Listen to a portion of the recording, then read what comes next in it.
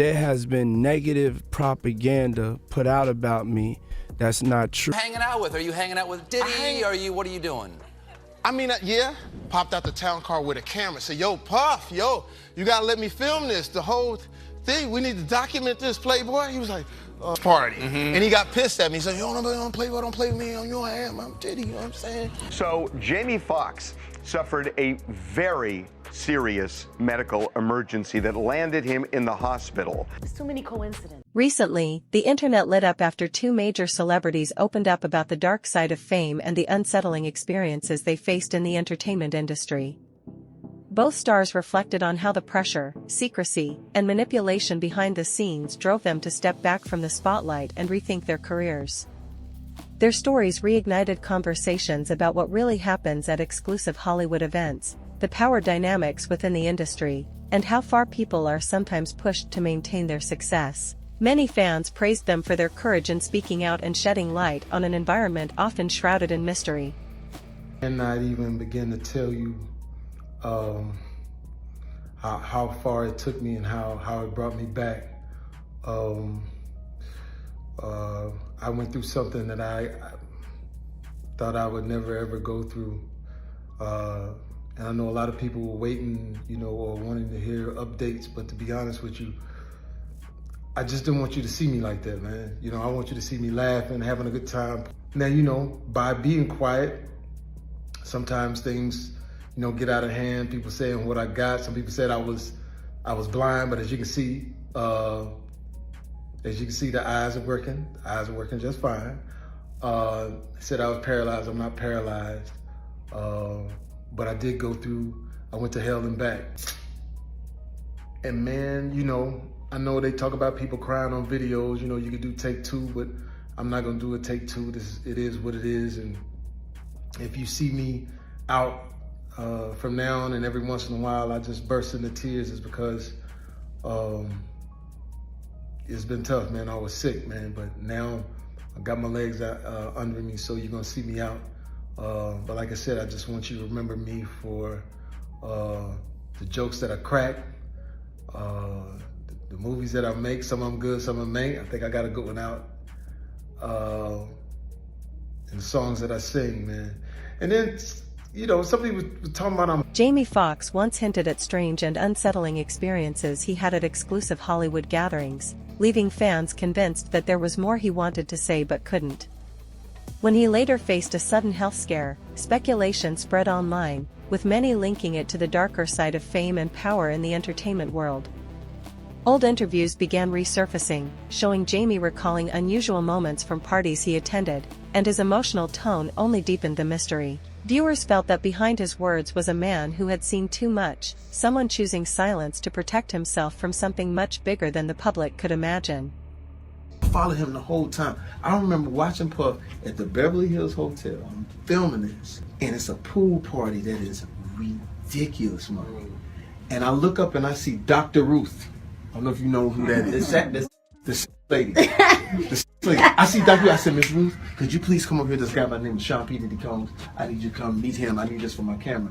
Dr. Ruth and Puff at the Beverly Hills Hotel pool dancing, doing their thing, right? And you know what they dancing to?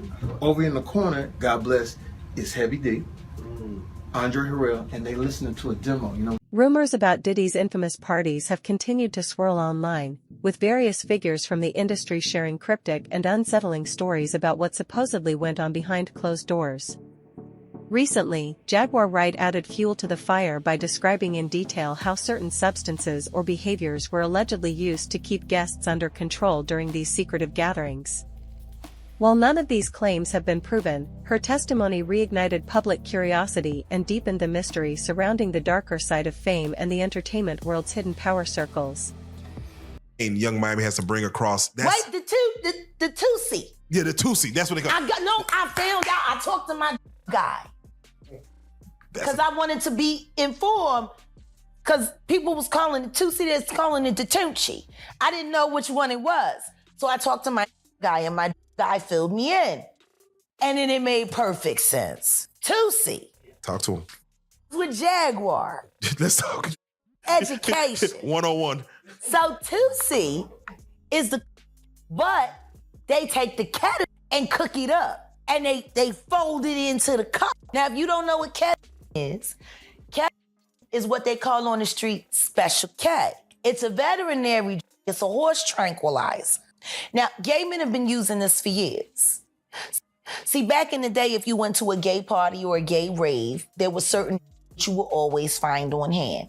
Viagra, ecstasy, Special K, and now see, the coke keep you up all night, but unfortunately, it gives you limp noodle because of what the blood flow is. So you want to fuck with a half-hard dick all night. So that's why you have the Viagra to make sure that the involuntarily stays hard while you're numbing yourself with the. Now see, that's a horse tranquilizer. So that relaxes all your muscles. You could get by 80-ton gorillas. You wouldn't feel a thing. So now it's gonna stay hard. You numbed up and you high. You got the caffeine in you, so you don't feel. And then you add that to put in the feeling that you've now blocked out, and now you got a party. Freak off cocktail. Yeah. So now the 2C, they done skipped all the steps. They condensed it. So you got the cocaine in there, and then you got the.